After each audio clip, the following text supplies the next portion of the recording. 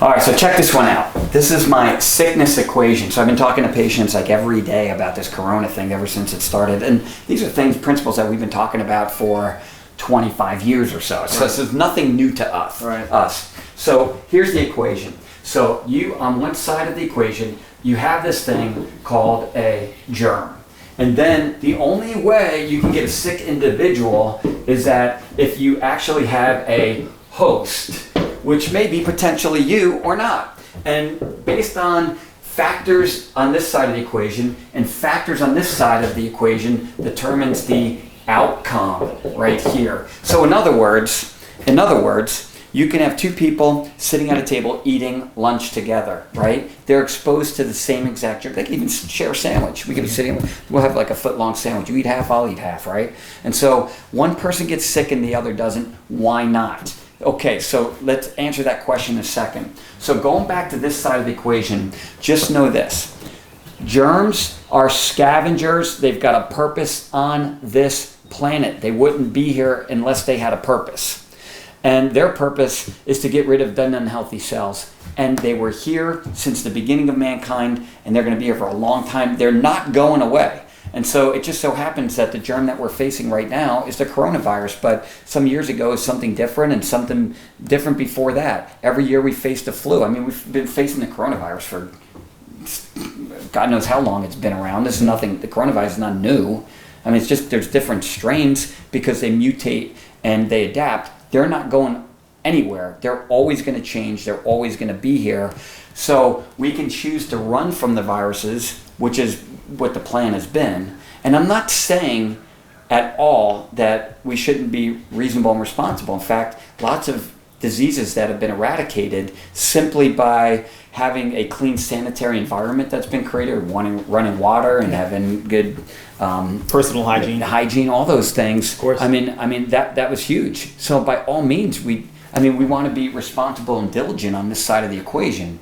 But let me go back to that question. Two people getting at the same table, one gets sick and one doesn't. They're exposed to the same germs. Why not?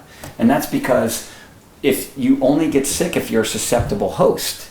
If your immune system is compromised, one person's got a compromised immune system, the other person's got a titanium immune system. And like I said in other videos, the germs don't stand a chance, including the coronavirus. That's why some people who contract the disease or contract the virus will have mild symptoms, right? Because their immune system is working stronger. So to the extent that your immune system is compromised would be to the extent that you would possibly would have the symptoms and become sick. Right. And so if you have germs, which are always going to be there, next year it's going to be something else, right? Or a different strain of the coronavirus or a different strain of the flu or something along those lines.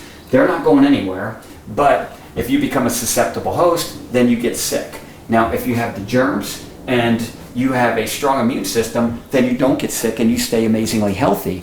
That's the plan. So yes, take your precautions here, but let's really focus on this side of the equation and what we could do to build a titanium immune system so you stay protected and you don't become another statistic. This is where we've got to spend a lot of our time and effort. You want to add something to any of that? Yeah, for sure. So let's talk about how you become a willing host, right? How do you become a willing host?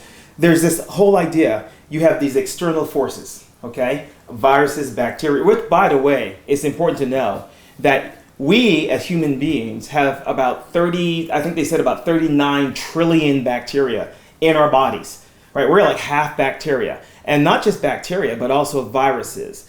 We have a lot of microbes in our body, and the majority of those actually help to defend us. That's number one. So that's part of who we are. And so there's a natural order to these things, as you said, Dr. Roberto. But if you are stressed out, if you're not eating properly, if you have a compromised nervous system and spine, if you are toxic, those are easy ways to compromise your immune system. Because what that does is it causes stress to your body. And your nervous system doesn't care what the source of the stress is. The minute it sees something that's not right, that's not innate to the human body, kicks in that stress response. And anyone who understands biology or neurology will tell you that the minute the body goes into a stress response, there are three major systems in the body that would do what's called down-regulating or slow down or not work. It's your reproductive system, okay? It's your digestive system, and it's your immune system. Because the body says, we need energy to fight this crisis. So what happens is when you downregulate that immune system, it becomes weaker. I mean, our immune system is so complex. There's like at least five different type of white blood cells that we have, and they all have a role. You know, you talk about the coronavirus. Yes, it's considered a zoonotic disease. Yes, it came from animals, so they think, right? And it made the leap to humans, which is a whole different story. There's a reason why it made the leap to humans, right? When you defy that natural order, things like that can happen. But even that being the case, our immune systems were created for a time such as this. What do I mean by that? Even when our immune systems encounter a new virus or bacteria that's never seen before, it knows exactly what to do. Right? You have the innate immunity that right away, your skin, your nose, your mouth, it goes into action. And then you have an adaptive immune system that takes a little bit longer. That's why some of these symptoms take 7 to 10 days to show up, because that's how long the adaptive immune system takes to kick in. And then right away, it's going to work. It's killing the virus. It's memorizing the virus so you have immunity, right? And so, by the way, a vaccine can't do that, just for the record, right? So that's how amazing the human body is. And so people need to know that. That's my point. People need to understand that they have power and they have control. So if you understand that you have to be a willing host, as you point out, then you go, well, how not to be a willing host? Well, I just told you, right? We can give you specifics. Okay, so you mean to tell me that there are things that I can do to make myself not a willing host?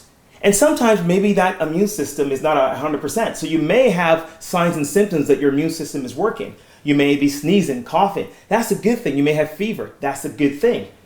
But if you understand that you don't want to be a willing host, now the next logical question should be, okay, what do I do not to be a willing host? How can I make my body stronger, not just for me, but also for my family, so we don't fall victim?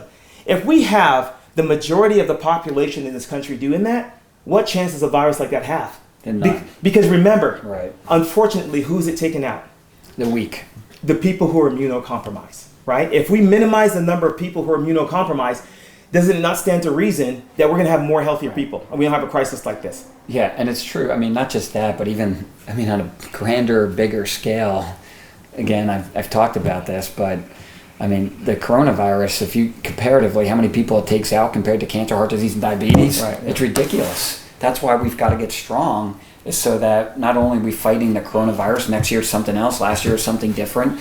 I mean, but also those are same things that we have to do, because you could just as easily put dysfunction and at the end of the day you could put heart disease over here, you could put cancer or diabetes, and what we're controlling is what's going on over here. This is like in the last episode we talked about being powerful and being obedient and disciplined to the laws and principles that actually govern health. And so this is the area right now, before this crisis, this pandemic, and after the pandemic, this is where we need to be living and where we should have been living all along, right? And so, and nobody, I will tell you this, nobody does healthcare better than we do. And I'll put our pedigree up. After combined, we have almost 50 years of experience in this field. So listen, you guys may be facing this for the first time, like where you're really thinking about fighting off an infection, right? Or maybe every so often when the flu comes around, we deal with this every day. Right. This is something that I've been working with the same exact crisis kind of situation pretty much every day for 25 years. This is nothing new to me. For years, we've had immunocompromised people, the sickest people coming into our office. I've had the kids who had they may be 2 years old and already had 3 sets of tubes in their ears, 3 surgeries, that have been on a steady diet of antibiotics. The sickest people come into our office, the people that have cancer, the people that have chronic pneumonia and respiratory issues, the people that are sick all the time and they can't shake it, and as a last resort, not usually the first resort, they come into us because they're so fed up because medicine has failed them with all of the antibiotics and the surgeries and everything else. So it's like the sickest people come into our office. And we watch those sick people suddenly get lucky. And they start doing the right thing. We start focusing on what they could do to get their body functioning and healing at a more ideal state. And then suddenly, they don't need the antibiotics because they stop getting sick. Right. That's why we hear those stories, right? We start talking about all this, and we've got our patients say, well, I started care last year, and every time around this time of year, I get these respiratory infections. It's not happening this year. Or I talked to one person, he's like, yeah, since I got under care 17 years ago, I haven't been sick since. Or I've been under care for 7 years. I haven't been sick since I started coming into this office. And it's not to say just because that you're plugging into this that you won't get sick. I mean, it's not the game of life a la carte. You can't just like plug into one principle. But you've got to be plugging into all the laws and principles because collectively they determine your level of health and they determine the effect on your immune system and your immune response. Heck, for the first time in 19 years, I got sick this year, but I was running ragged. I was running myself into the ground, getting like 2 to 3 hours of sleep a night for like a week. That's not going to pan out well. That severely compromises your immune system, even if I'm getting adjusted and exercising and eating perfectly and doing all the other right things like I was doing, right? So, but we are in control of this, and there's so much that we can do to determine outcomes. So if you want the best outcome, then you've got to be, be diligent, wash your hands. I mean, but don't live in a spirit of fear like we've been doing. I mean, we've gone overboard as far as that goes. There's always going to be germs. And I will say this too, having a completely sterile environment, right? I get like trying to keep everything, in an environment that's decently clean, but having a completely sterile environment, that's a talk for another time. At the end of the day, there are consequences to that too. There are some problems inherently with that. So don't misconstrue what I'm saying. We are not saying don't be prudent and diligent on this side of the equation. Not at all. Not at all. But we are saying, and here's our message, and this is where we are experts better than anyone else. What we're saying is do something about this. Be obedient and disciplined here. Do something about here. This is the most important part of the equation if you want the best outcome on this side of the equation. Right? Agreed. Yeah. That's good. All right, let's wrap it up. Yeah. All right, everybody. Turn that power on. Stay strong and healthy. And you decrease your chances from becoming another statistic.